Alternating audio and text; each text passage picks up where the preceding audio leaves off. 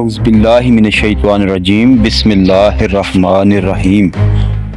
مسلمان بہادر بادشاہ اور اس کے بہادر بیٹے کی ایک عظیم و شان داستان۔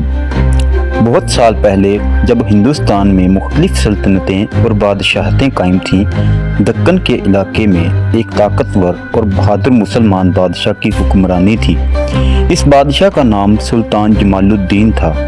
وہ اپنی بے پناہ بہادری، عدل و انصاف اور رعایا کے ساتھ محبت برے تعلق کی وجہ سے مشہور تھا۔ سلطان جمال الدین کا تعلق ایک معزز خاندان سے تھا جس نے اپنے علاقے کو دشمنوں سے بچانے اور اپنے عوام کی فلاح و بہبود کے لیے بے شمار قربانیاں دی تھیں۔ سلطان جمال الدین کی سلطنت کا دارالحکومت گلزار نگر کے نام سے جانا جاتا تھا۔ یہ شہر اپنی خوبصورتی اور خوشحالی کی مثال تھا۔ شہر کی گلیاں عطر کی خوشبو سے معطر رہتی اور ہر طرف ہریالی، باغات اور فوارے تھے۔ محل کے ارد گرد وسیع میدان تھے جہاں سپاہی تربیت لیتے اور جنگی مشقیں کرتے تھے۔ بادشاہ کی جوانی اور بہادری کی ابتدا۔ سلطان جمال الدین جب جوانی کی دہلیز پر قدم رکھ رہا تھا تب ہی اس نے اپنی بہادری کے جوہر دکھانا شروع کر دیے تھے۔ ایک دن جب وہ اپنے والد سلطان عمر الدین کے ساتھ شکار پر گیا تو اچانک ایک خطرناک شیر ان پر حملہ آور ہوا۔ سب سپاہی گھبرا گئے، لیکن نوجوان جمال الدین نے شیر کا سامنا کیا۔ اپنی تلوار کی مدد سے اس نے شیر کو زمین پر گرا دیا اور پورے قبیلے میں اپنی بہادری کی داغ بٹھا دی۔ یہ واقعہ اس کی زندگی کا اہم موڑ ثابت ہوا۔ اس کے والد نے اس دن سے اسے اپنے جانشین کے طور پر منتخب کیا اور اسے ریاست کے اہم معاملات میں شامل کرنا شروع کیا۔ جمال الدین نے نہ صرف جنگی مہارت حاصل کی بلکہ حکمرانی کے تمام اصول و ضوابط بھی سیکھے۔ وہ بہت مثبت مزاج، رحم دل اور مذہبی اقتدار کا احترام کرنے والا حکمران تھا۔ بادشاہ کا دشمنوں کے ساتھ سامنا۔ جمال الدین کے دور میں دکن کا علاقہ بیرونی حملہ آوروں کی زد میں تھا۔ مغرب سے مختلف قبائل حملہ آور ہوتے رہتے جن کا مقصد صرف لوٹ مار اور تباہی تھا۔ جمال الدین کے والد کے انتقال کے بعد وہ تخت پر بیٹھا اور فوراً اپنی ریاست کی حفاظت کے لیے تیار ہو گیا۔ اس کی پہلی بڑی آزمائش ظفر خان نامی ایک طاقتور سردار کے حملے کی صورت میں آئی۔ ظفر خان ایک ظالم اور جابر حکمران تھا جس نے دکن کے بہت سے علاقے فتح کر لیے تھے۔ اس کی فوجیں بے حد طاقتور اور جدید ہتھیاروں سے لیس تھیں۔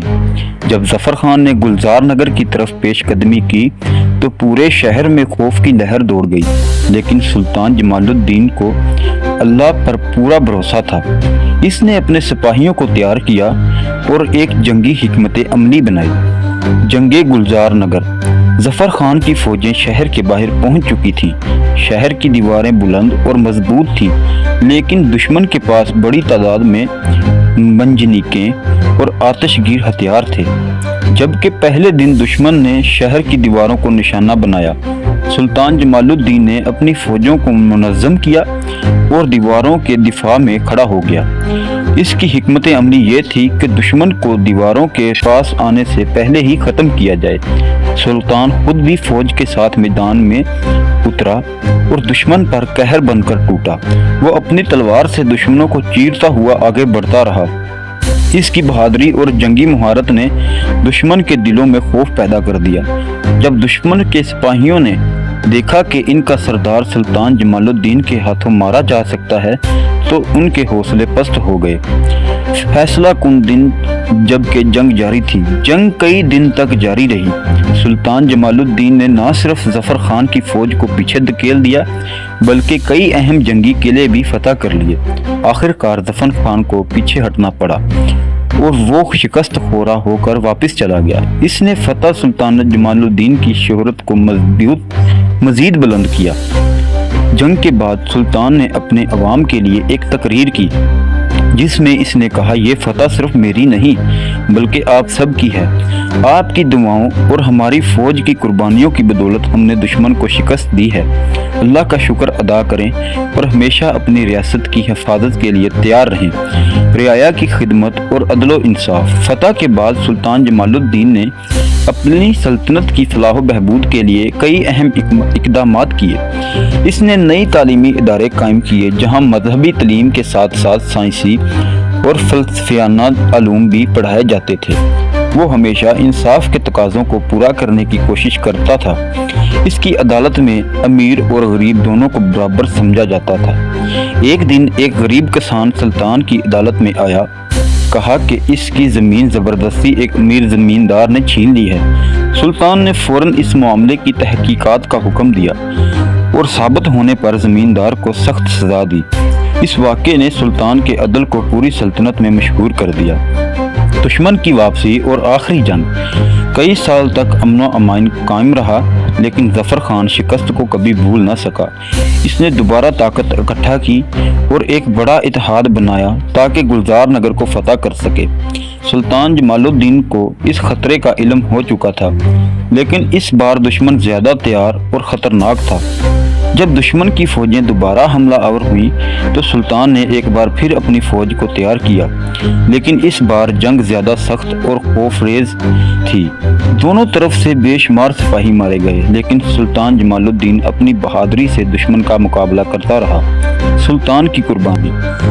جنگ کے آخری دن سلطان جمال الدین نے دشمن کے قلب میں داخل ہو کر ظفر خان کا سامنا کیا۔ دونوں کے درمیان سخت مقابلہ ہوا۔ آخر کار سلطان نے ظفر خان کو شکست دی لیکن خود بھی شدید زخمی ہو گیا۔ وہ اپنے گھوڑے پر واپس محل آیا لیکن اس کی حالت بہت زیادہ خراب تھی۔ اس کے سپاہی اور وزراء اسے گھیرے میں لے کر کھڑے تھے۔ سلطان نے آخری بار اپنے وزیر کو بلایا اور کہا، میرے بعد اس سلطنت کا خیال رکھنا اور ہمیشہ عوام کی فلاح و بہبود کا مقدم رکھنا۔ یہ کہتے ہی سلطان نے آخری سانس لے لی اور دنیا سے رخصت ہو گیا۔ سلطان کی عظمت کا تسلسل۔ سلطان جمال الدین کی قربانی کے بعد اس کے بیٹے نے تخت سنبھالا اور اپنے والد کے نقش قدم پر چلتے ہوئے سلطنت کو مضبوط کیا۔ عوام ہمیشہ سلطان جمال الدین کو یاد کرتے رہے اور اس کی بہادری اور انصاف پسندی کی مثالیں دیتے رہے۔ یوں سلطان جمال الدین کی داستان تاریخ میں ہمیشہ زندہ رہے گی، ایک ایسے بہادر بادشاہ کے طور پر جس نے نہ صرف اپنی سلطنت کی حفاظت کی بلکہ عدل و انصاف کے اصولوں کو بھی ہمیشہ مقدم رکھا۔ سلطان جمال الدین کی شہادت کے بعد اس کا بیٹا شہزادہ اسد الدین تخت نشین ہوا۔ اسد الدین اپنے والد کی طرح بہادر، دانش مند اور عادل حکمران تھا۔ وہ ہمیشہ اپنے والد کے اصولوں اور تعلیمات کو یاد رکھتا اور انہی کی روشنی میں اپنی سلطنت کو آگے بڑھاتا تھا، لیکن اس کے لیے یہ ایک آسان سفر نہیں تھا۔ اس کے والد کی موت کے بعد دشمن پھر سے اپنی سازشوں میں مصروف تھے اور اسے اندرونی اور بیرونی خطرات کا سامنا کرنا پڑا۔ سلطنت کی وراثت اور نئی ذمہ داریاں۔ تخت نشینی کے بعد اسد الدین کو اپنے والد کی تمام ذمہ داریاں سنبھالنی پڑی۔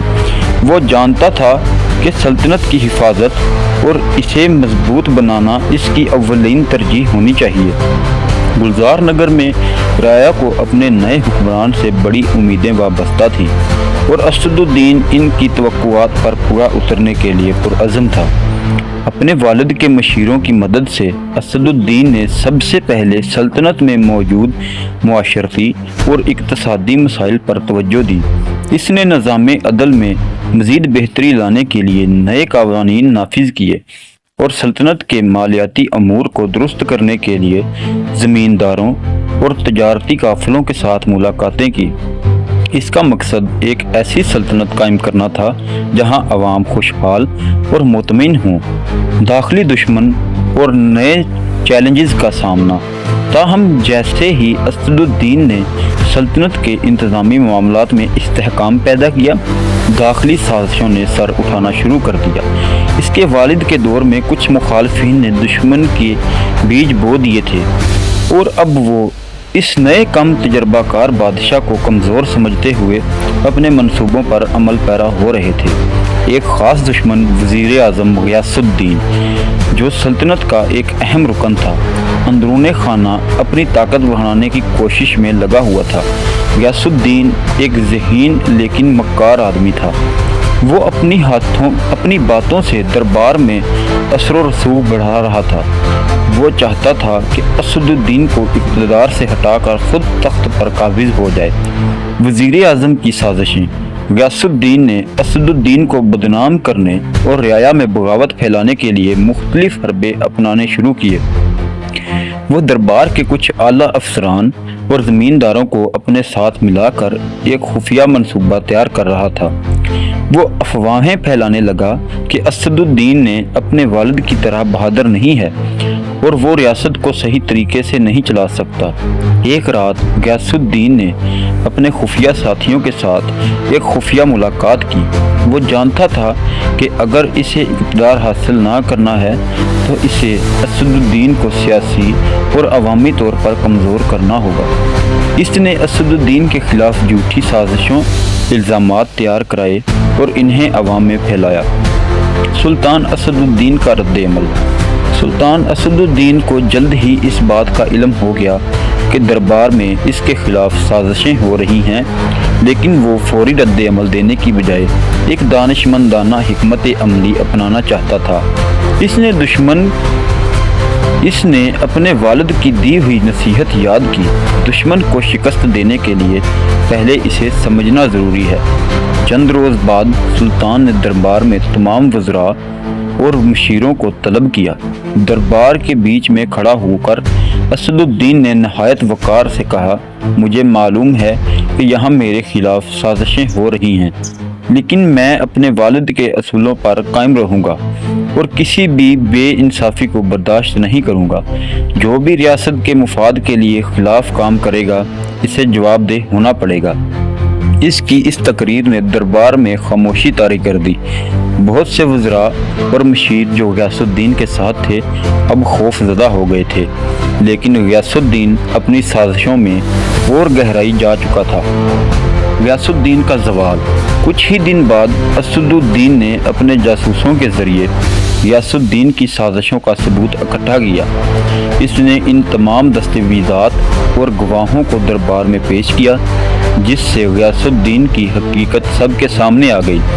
عوام میں بھی غیاث الدین کے خلاف غم و غصہ پھیلنے لگا، کیونکہ وہ ایک قابل بادشاہ کے خلاف سازش کر رہا تھا۔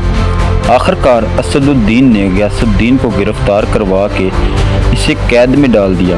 اس سازش کا خاتمہ ہوتے ہی سلطنت میں دوبارہ امن و استحکام قائم ہو گیا۔ اس واقعے نے اسد الدین کی قیادت کو اور مضبوط کر دیا اور رعایا میں اس کے لیے عزت اور محبت اور زیادہ بڑھ گئی۔ بیرونی خطرات اور جنگ کا سامنا۔ اندرونی مسائل کے حل کے بعد اسد الدین کو بیرونی دشمنوں کا سامنا بھی کرنا پڑا۔ اس کے والد کی موت کے بعد کچھ پڑوسی ریاستیں سلطنت کی کمزوری کا فائدہ اٹھانے کی کوشش کر رہی تھیں۔ ایک خاص ریاست جبلستان، اس نے اسد الدین کی سلطنت پر حملہ کرنے کی تیاری شروع کر دی تھی۔ جبلستان کے بادشاہ راجہ ویر بہادر نے ایک بڑی فوج تیار کی اور گلزار نگر کی سرحدوں کی طرف پیش قدمی کی۔ اس کا مقصد سلطان اسد الدین کی کمزور سلطنت کو فتح کرنا تھا، لیکن اسد الدین کو اس حملے کا بروقت علم ہو چکا تھا۔ اس نے فوراً اپنی فوج کو تیار کیا اور جنگ کی حکمت عملی بنائی۔ جنگ جبلستان۔ جنگ کے دن دونوں فوجیں میدان میں آمنے سامنے آئیں۔ راجہ ویر بہادر کی فوج تعداد میں زیادہ تھی، لیکن اسد الدین کی فوج میں نظم و ضبط اور بہترین جنگی حکمت عملی تھی۔ اسد الدین خود اپنے سپاہیوں کے ساتھ میدان جنگ میں موجود تھا۔ اپنے والد کی طرح بہادری سے لڑتے ہوئے دونوں فوجوں کے درمیان سخت لڑائی ہوئی۔ کئی دن تک جاری رہنے والی اس جنگ میں اسد الدین نے اپنی شجاعت اور حکمت عملی سے دشمن کو شکست دی۔ راجہ ویر بہادر کو میدان میں جنگ میں مارا گیا اور اس کی فوج کو پسپا ہونا پڑا۔ یہ فتح اسد الدین کی قیادت کے لیے ایک سنگ میل ثابت ہوئی۔ سلطنت کی تعمیر نو۔ جنگ کے بعد اسد الدین نے اپنی سلطنت کی تعمیر نو کا عمل شروع کیا۔ وہ جانتا تھا کہ جنگ سے متاثرہ علاقوں کو دوبارہ آباد کرنا اور رعایا کی خوشحالی کو یقینی بنانا بہت ضروری ہے۔ اس نے زراعت، تجارت اور تعلیم کے شعبوں میں اصلاحات کی، نئے تعلیمی ادارے قائم کیے گئے جہاں مذہبی اور دنیاوی علوم سکھائے جاتے تھے۔